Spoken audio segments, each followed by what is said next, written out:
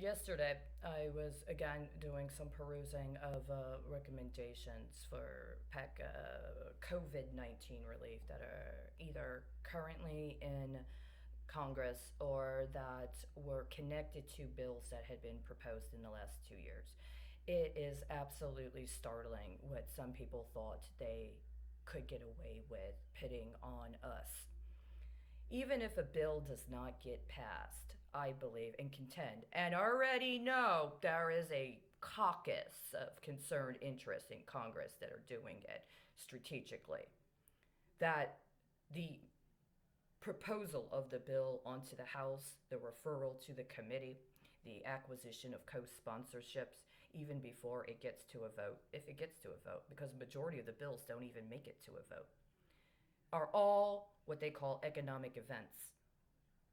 And the question of whether that provides some sort of option for the congressperson or the senator specifically, whether it is something that's available for the committee specifically, and or whether or not it can somehow be leveraged or accessible as some sort of currency or maybe political capital for the constituents of the individual members involved has never been disclosed and it's never been discussed. If we had an actual representative government and if we were actually in any way, shape, or form concerned with economic democracy, if any of those people that stole our money to pay for their campaigns and to get elected to represent us had any authenticity, we would have been spending the last year while we've been in a fiscal crisis, or the last 3 years, or the last 10 years, educating people about these, discussing what these benchmarks means, having reasonable considerations and discussions about what it means to be constituents and maybe disagree with the benchmarks that were set up by the people that we may not have elected to represent us in the election, but ended up winning. And so we have to deal with them as representatives. Nobody did this. Nobody did anything close to this. I've watched this last session. I was financing the campaigns of at least several people that are currently in Congress while I was on the streets. I tried to do everything I could to mitigate the exposure that they would have to potential culpability with criminal activities by honing and trying to keep what I talked about when I was cognizant that I was being tapped for somebody else's election campaign confined to access to the right to vote, right?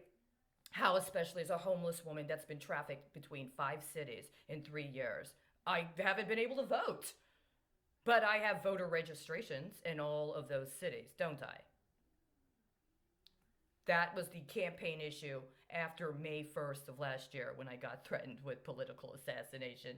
And then before that, the year before, when I was told, don't even bother, nobody's going to take you seriously. But other people are tapping me to finance their campaigns. That's the only issue, that when I was cognizant that somebody else was at an event for their campaign at the same time. It's the only issue I talked about in the various ways that it factored in. If they stole from things I did the rest of my life, I mean, now I can see that they did because it's coming up in bills that they're proposing now on benchmark dates they should have responded to directly instead of sitting on so that they could use it as a major deposit for their Medicare waiver kickback and their little bills on things like fee waivers. I'm going to keep this simple. When you go to apply for a mortgage, one of the things that happens is there are certain fees that you may be asked to pay. Fees for the people that do certain things regarding the underwriting fees. And so when they want to talk to you about housing costs or dealing with what it means to have something to assist you in the course of applying for a mortgage or getting a mortgage or dealing with bringing the cost of housing down, some people have these political perspectives that what we need to do is we need to eliminate underwriting fees and we need to reduce the amount of fees associated. I believe one of the reasons they do that when it comes to something like your personal home mortgage is because they're leveraging that political capital and that sort of discussion around the fees inherent in your mortgage with transaction fees at banks. And so your immediate understanding, because they assume we're too financially illiterate to get it, is that every time I go, I have to pay these fees, these transaction fees. And they eat me with the fees, and then there's the late fees. And so they try to transpose this concept that it's the fees, the concept of a fee, That's the problem, that somehow it's interfering with your capacity to engage the free or open market or to, deal with whatever the financial regime is. I contend that's a complete fallacy. I believe things like underwriting fees are essential. I'm not saying they have to be inordinately huge, and I'm not saying they need to just be $1, even though the point of the matter is that transactional event, that economic event, that transactional moment would provide a record of areas at which very, very important intersections into that transactional process occur. And with that fee would be a bill for that fee that would have to go to somebody that would have to cross reference it with whoever it was that actually provided the work. And then that person would need to be credentialed, and that person would need to be certified in order to be able to perform the job. And so if something were to come up, especially if they take your mortgage and they sell it on the secondary market a couple years later, and then they bundle it with a bunch of other mortgages into a QSIP, and then they take that QSIP and line it up with a couple under QSIPs and put it on a muni bond, there's actually a way to track it, not to surveil you, but to identify if somebody has intentionally tried to encode into your personal home mortgage a bunch of lines of credit to use your home as a clearinghouse for money laundering. I was reading through these bills. These bills got all kinds of fee waivers. Waive fees for this group of people. Waive fees for that group of people. That is completely unacceptable. That's not that they need to cheapen everything and they need to eliminate what could otherwise be safeguards or means by which we could protect ourselves and identify points of intersection of illegal activity. Because when you do stuff like that, you know what that tells me? That you ended up getting the profile for your political campaign because you had some third-party contractor running some scheme regarding the marketing that was drawing on data connected to anonymized demographic data sold on the open market by people who previously were dealing with electronic medical records, right?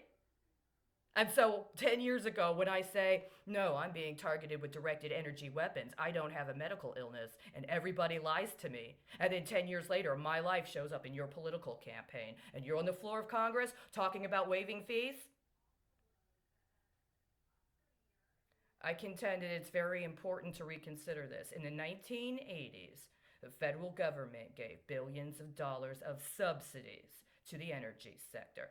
In 2008 and 9, the federal government gave trillions, billions of dollars to the financial institutions and banks that are now paying for their campaigns one way or another. These subsidies were allowed to be credited to the different places in order to hide debt that they fraudulently engaged and used in severely illegal financial activities.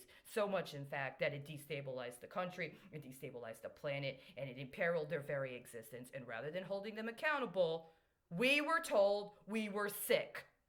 And we needed them to help pay for us because our medical costs were too high. That's not accurate. They were not too big to fail. They were too big to get away with it. And that's exactly where we are right now.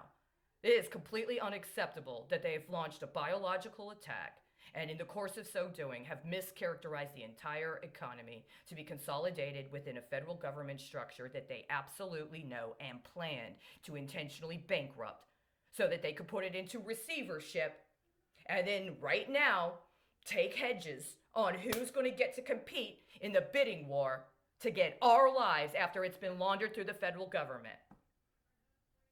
Not acceptable. Not acceptable. If you proposed a bill or you sponsored somebody who proposed a bill agreeing to waive fees based on racial demographics, based on gender assignments, you need to be held accountable, and it's not a civil rights violation.